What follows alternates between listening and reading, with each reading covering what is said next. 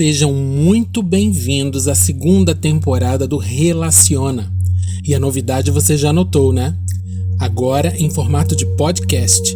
Assim, você não precisa ficar preocupado com o vídeo e pode ir ouvindo, absorvendo, concordando ou não, enquanto dirige, enquanto faz suas coisas do dia a dia, não é verdade?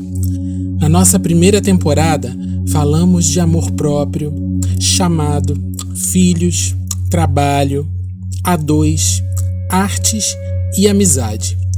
Recebemos convidados para lá de especiais e não será diferente na segunda temporada. Só o formato e a dinâmica que vão mudar. O formato de podcast e teremos um Relaciona mensalmente. Bem-vindos ao 4º episódio do nosso Relaciona. Nesta segunda temporada no formato de podcast. Hoje estamos recebendo uma pessoa muito especial, que é a prova viva de que Deus é poderoso e que quando há um propósito eterno, Ele faz o milagre que Ele quiser. Quem será? Ela é filha de Deus, mãe, esposa, professora, tia babona e agora ela é um milagre. Márcia Pires, mais um presente que chegou em forma de colega de trabalho para a minha vida. Ela vai falar conosco sobre história. Como a nossa história pode influenciar em nossos relacionamentos. Vamos ouvi-la? Olá, como vão? Meu nome é Márcia Pires. Eu moro na cidade do Rio de Janeiro. Eu sou casada, eu sou mãe, sou filha, sou esposa, sou profissional e sou cristã. Eu gostaria que as pessoas me conhecessem e lembrassem de mim pelas minhas coisas boas que eu pratico e também olhasse que mesmo cheio de falhas, ela conseguiu deixar aí um bom legado. Nós que carregamos os valores, né, de família, os valores da Bíblia, né, de Cristo. Eu acho que esse seria o principal legado, das pessoas olharem para trás e falar: a Márcia realmente ela conseguiu se mostrar, às vezes até mesmo sem falar uma palavra, mas pelas suas atitudes, ela conseguiu se mostrar uma verdadeira seguidora de Cristo. História de vida são informações, relatos, registros, sejam eles visuais ou não, que a gente tenha deixado ao longo do período que nós estivemos aqui, né, nessa terra. Um ou dois momentos mais marcantes na minha história de vida. Se nós fôssemos colocar aí numa sequência, eu teria vários momentos. Mas se for para escolher dois, indo numa ordem cronológica, em 2013, o nascimento do meu filho, e em 2018, quando eu descobri um câncer. Na minha história de vida, poder passar algo que a gente deva ou não fazer, né, sobre a minha experiência é algo muito particular. Cada um precisa ter a sua experiência. Às vezes o que foi uma coisa simples para mim, para outra pessoa não, né? Depende tudo do contexto, da própria história de vida que aquela pessoa tem passado. Mas no meu caso de uma doença grave, né, considerada maligna, como sai mesmo no diagnóstico, né, uma doença maligna, a gente aprende a dar valor às pequenas coisas. E o que antigamente para mim era uma coisa grande, à vista de problemas, que eu dava muita importância para aquele problema, né? A gente pode até chamar o problema de estimação, às vezes o que era uma coisa simples, que até então eu via como uma coisa grande e a gente dava muita importância, hoje eu já não dou mais. Então, o que eu diria é: não espere ficar doente para dar valor às pequenas coisas. E não torne aquele problema que você acha grande maior do que ele realmente é. E em relação a tudo isso, quando a gente fala de ensinar, né, de dar um conselho, aprenda a ter a dependência de Deus para tudo, para uma coisa, menor coisa que seja na sua vida, coisa mais simples. Você peça direcionamento. Para uma coisa grande também, que você vê como grande, você pede. Porque certamente Ele irá te ajudar de uma forma exponencial. E você verá a glória de Deus na sua vida, para todas as decisões que você precisar tomar. Se eu pudesse voltar alguma fase na minha vida, eu teria cuidado da minha saúde antes.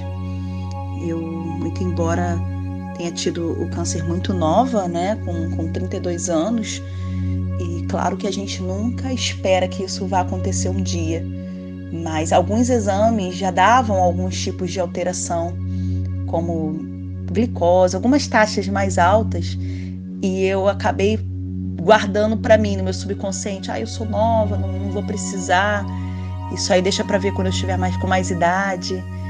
E embora não tenha-se uma causa específica até hoje, né, do porquê do câncer, mas certamente, né, nós, mesmo sendo leigos na área de saúde, a gente sabe que se a gente cuidar da nossa alimentação, dos nossos hábitos, certamente a gente tem uma continuidade de vida melhor, né, nos próximos anos. E por muitas vezes, enquanto o médico falava, eu acreditava que esse dia não ia chegar.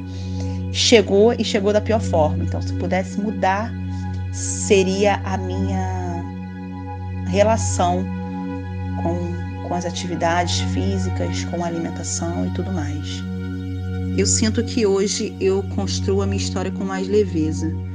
Eu consigo entender um pouco mais o porquê da gente estar aqui, o propósito de Deus para minha vida.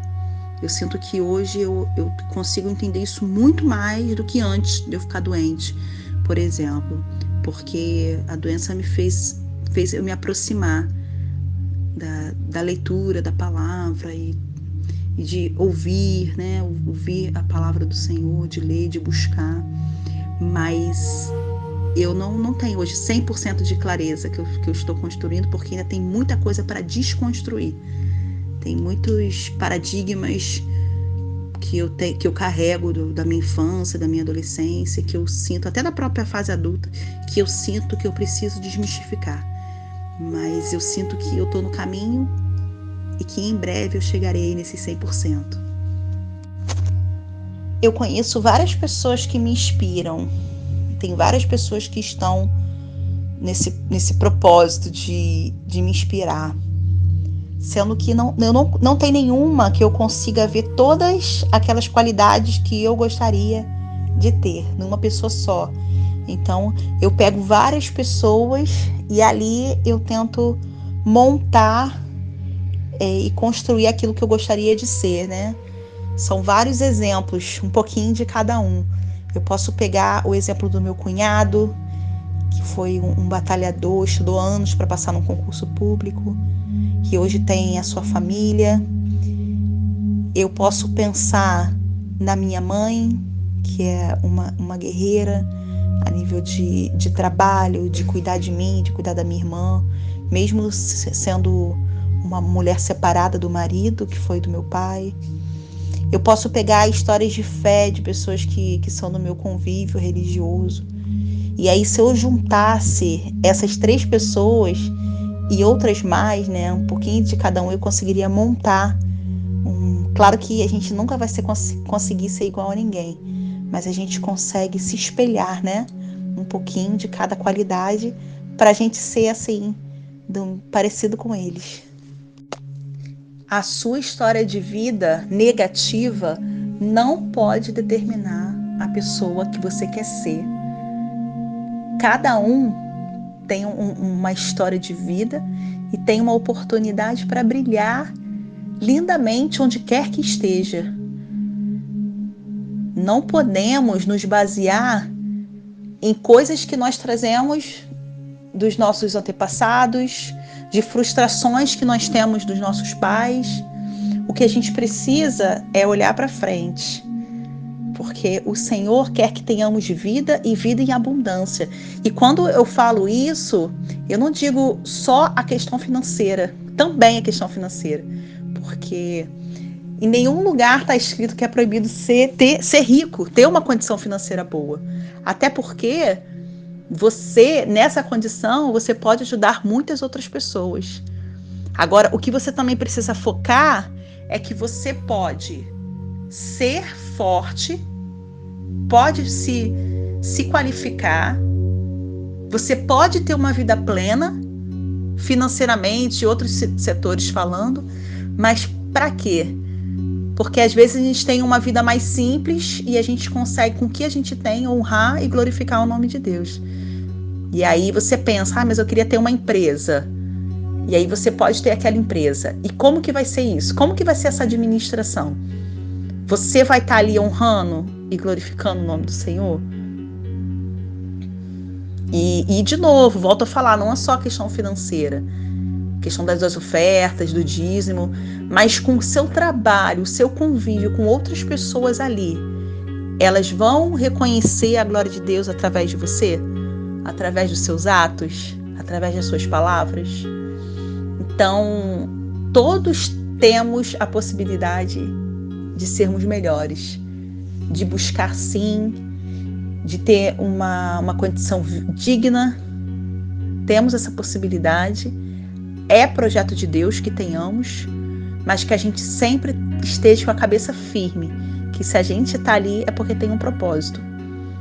E o propósito, dentre tantos outros, o principal, é você estar ali para que as pessoas vejam a imagem de Deus através de você. Eu cresci num lar cristão católico.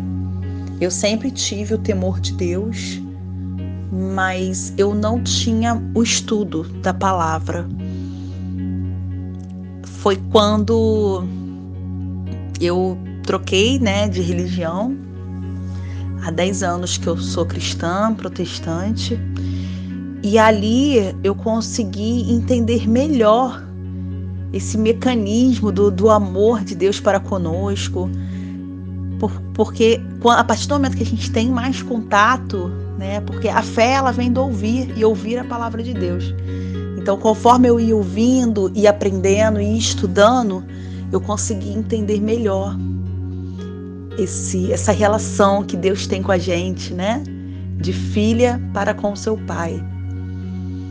Então, quando eu fiquei doente, que eu precisei fazer todo o tratamento de quimioterapia, radioterapia, cirurgias, eu consegui criar uma dependência maior do Senhor. E é curioso como que na tribulação a gente consegue se aperfeiçoar, porque Deus vai moldando a gente nas noites de angústias, nos dias de choro. Ele vai moldando a gente como barro, Nós somos barro na mão do oleiro. E aí Deus vai trabalhando, vai nos aperfeiçoando. E eu dizia, Senhor, eu nunca tive essa relação contigo, mas eu também nunca tinha tido câncer antes. Então, por favor, eu quero vida para cuidar da minha família. A minha mãe precisa de mim, meu marido, o meu pai, minha irmã, meu filhinho, que na época tinha 4 anos. Eles precisam de mim e não tem nada que eu possa fazer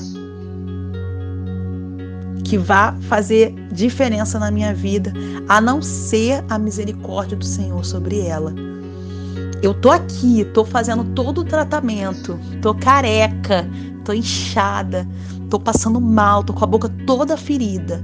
Eu tô fazendo o tratamento, mas por favor, tem misericórdia de mim, porque eu conheço vários casos de pessoas que tiveram câncer e morreram sim, porque foi propósito do Senhor, mas que a minha oração esteja em concordância com a sua vontade.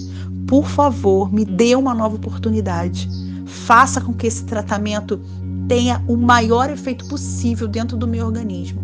E ali eu comecei a criar. Então, por mais que eu sempre tenha tido a palavra de Deus presente na minha vida, eu digo que tudo isso aflorou a partir do momento que eu criei uma dependência total, de saber que não era mais eu, mas era Cristo que habitava em mim, que precisava fazer esse renovo na minha vida.